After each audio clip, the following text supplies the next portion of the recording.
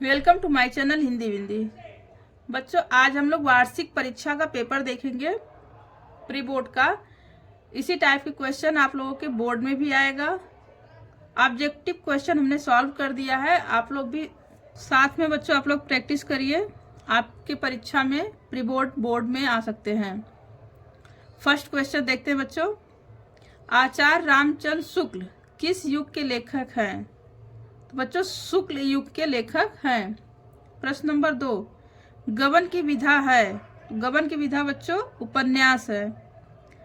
Question number 3, कलम का सिपाही कृति है अमृत राय की। प्रश्न नंबर 4, क्या भूलूं क्या याद करूं किस लेखक एवं विधा की रचना है? हरिवंश राय बच्चन। आत्मकथा बच्चों। प्रश्न नंबर 5, गुनाहों का देवता रचना की विधा है। बच्चों गुनाहों का देवता उपन्यास की विधा है। प्रश्न नंबर 6, रामचंद्रिका रचना है केशव दास की।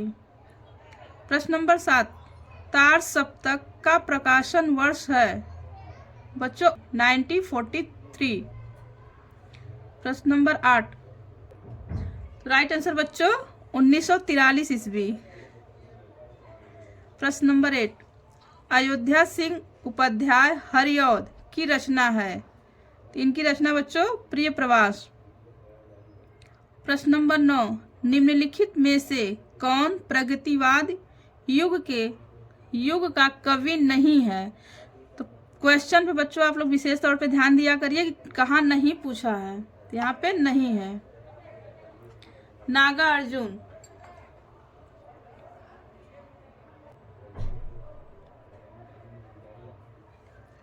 प्रश्न नंबर 10, रीतिकाल के वीर रस के प्रसिद्ध कवि हैं भूषण।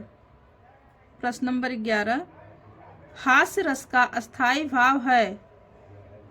तो हास्य रस का अस्थाई भाव बच्चों हास है। प्रश्न नंबर 12, मनहु मानो जनु जानो आदिवाचक शब्द किस अलंकार में प्रयुक्त होते हैं? तो बच्चों उत्प्रेक्षा अलंकार में प्रयुक्त होते हैं। प्रश्न नंबर 13, सोरठा छंद में चरण होते हैं। तो सोरठा छंद में बच्चों 4 चरण होते हैं। प्रश्न नंबर 14, अनुग्रह शब्द में प्रयुक्त उपसर्ग है अनु। पंचवटी में कौन सा समास है बच्चों? यहाँ मिस प्रिंटिंग है, आप लोग ध्यान से देखिएगा। पंचवटी में बच्चों द्विगु समास है। प्रश्न नंबर 16, सूरज का तत्सम रूप है। सूरज का सूर्य तत्सम रूप है। प्रश्न नंबर 17, उष्मावी रूप है उष्मत शब्द का। 4 ऑप्शन दिया गया बच्चों A B C D। अब आप लोग खुद से अब सॉल्व करिए, बाकी हमने इधर का करा दिया है। इसी तरह से हम आगे सिर्फ क्वेश्चन पढ़ेंगे। अब आप लोगों को खुद से ही करना है। प्रश्न नंबर 18, गणेश ने साइकिल उठाई और बाजार चला गया। रचना के आधार पर वाक्य भेद होगा। A सरल वाक्य, B संयुक्त वाक्य, C मिश्र वाक्य, D इनमें से कोई नहीं। तो राइट आंसर बच्चों आप लोग देख लीजिएगा क्या होगा। प्रश्न नंबर 19, अवनी चाय बना रही है वाक्य में प्रयुक्त वाच्य है कर्मवाच्य, कृत्यवाच्य, कर्मवाच्य और भाववाच्य। प्रश्न नंबर 20, अविकारी शब्द के भेद होते हैं। A 4, B 8, C 3, D 5। बच्चों खंड अ में आप लोगों के ऑब्जेक्टिव क्वेश्चन थे जो कंप्लीट हो गए। अब खंड ब में गद्यांश है। तो आइए गद्यांश का क्वेश्चन देखते हैं। निम्नलिखित गद्यांशों में किसी एक के नीचे दिए गए प्रश्नों के उत्तर लिखिए। प्रश्न हम पढ़ दे रहे हैं बच्चों, गद्यांश आप लोग पढ़िए। क, प्रस्तुत गद्यांश के पाठ तथा लेखक का नाम लिखिए।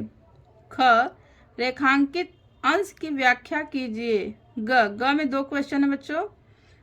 पहला, ईर्ष्या की बड़ी बेटी का क्या नाम है?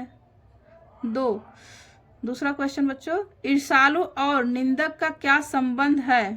पैसेज पढ़ने के बाद बच्चों आंसर आप लोग लिखिएगा। अथवा दिया हुआ बच्चों, दोनों में से जो आप लोगों को सरल लगे, इजी लगे, वही आप कीजिएगा।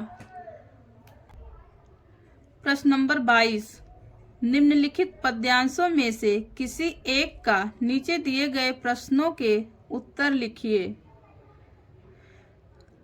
क, प्रस्तुत पद्यांश की संदर्भ व्याख्या कीजिए।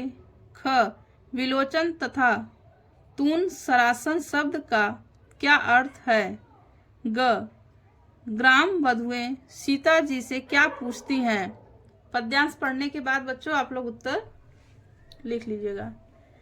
अथवा दोनों में से जो आप लोगों को इजी हो वही आप लोग कीजिएगा। प्रश्न नंबर 23, निम्नलिखित संस्कृत अवतरणों में से किसी एक का संदर्भ सहित हिंदी में अनुवाद कीजिए।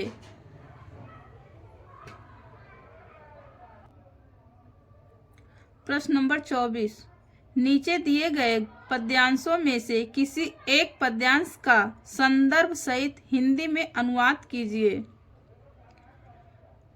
प्रश्न नंबर 25, अग्र पूजा खंड काव्य के आधार पर निम्नलिखित प्रश्नों में से किसी एक प्रश्न का उत्तर दीजिए। 2 प्रश्न है बच्चों, आपको एक ही प्रश्न करना है। प्रश्न नंबर 26, दिए गए लेखकों में से किसी एक लेखक का जीवन परिचय देते हुए उनकी एक प्रमुख रचना का उल्लेख कीजिए। पहला बच्चों डॉक्टर भगवत शरण उपाध्याय, दूसरा जयशंकर प्रसाद, तीसरा रामधारी सिंह दिनकर।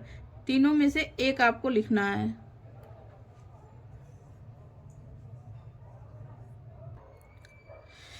ख, दिए गए कवियों में से किसी एक कवि का जीवन परिचय देते हुए उनकी 2 प्रमुख रचना का नाम लिखिए।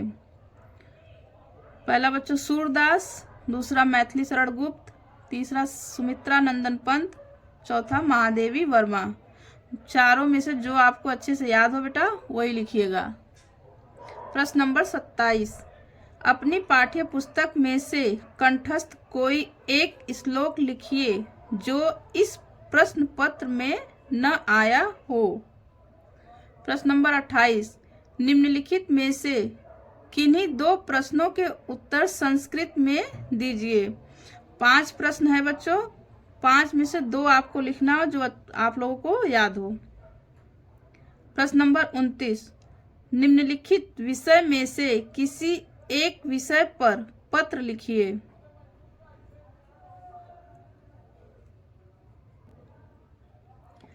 अपने क्षेत्र में व्याप्त गंदगी के कारण उत्पन्न डेंगू एवं मलेरिया जैसी भयंकर बीमारियों की जानकारी किसी दैनिक पत्र के संपादक को देते हुए पत्र लिखिए। अथवा शुल्क मुक्ति हेतु अपने विद्यालय की प्रधानाचार्या को एक प्रार्थना पत्र लिखिए। अथवा वाद विवाद प्रतियोगिता में पहली बार भाग लेने तथा पुरस्कार पाने का अनुभव बताते हुए अपने मित्र को एक पत्र लिखिए। तीनों में से जो बच्चों आपको लर्न हो अच्छे से वो आप लिखिए। प्रश्न नंबर 30, निम्नलिखित विषयों में से किसी एक विषय पर निबंध लिखिए। क, आजादी का अमृत महोत्सव। ख, योग शिक्षा आवश्यकता और उपयोगिता। ग, आतंकवाद की समस्या और समाधान। घ, स्वदेश प्रेम। अंगा, जल की उपयोगिता। बच्चों जो आप लोग अच्छे से तैयार किए हैं, जो सबसे ज़्यादा आप लोगों को याद हो वही आप सुंदर सुंदर राइटिंग बना के लिखिए। इसमें आप लोगों को फुल मार्क्स मिलेंगे। Thank you for watching video.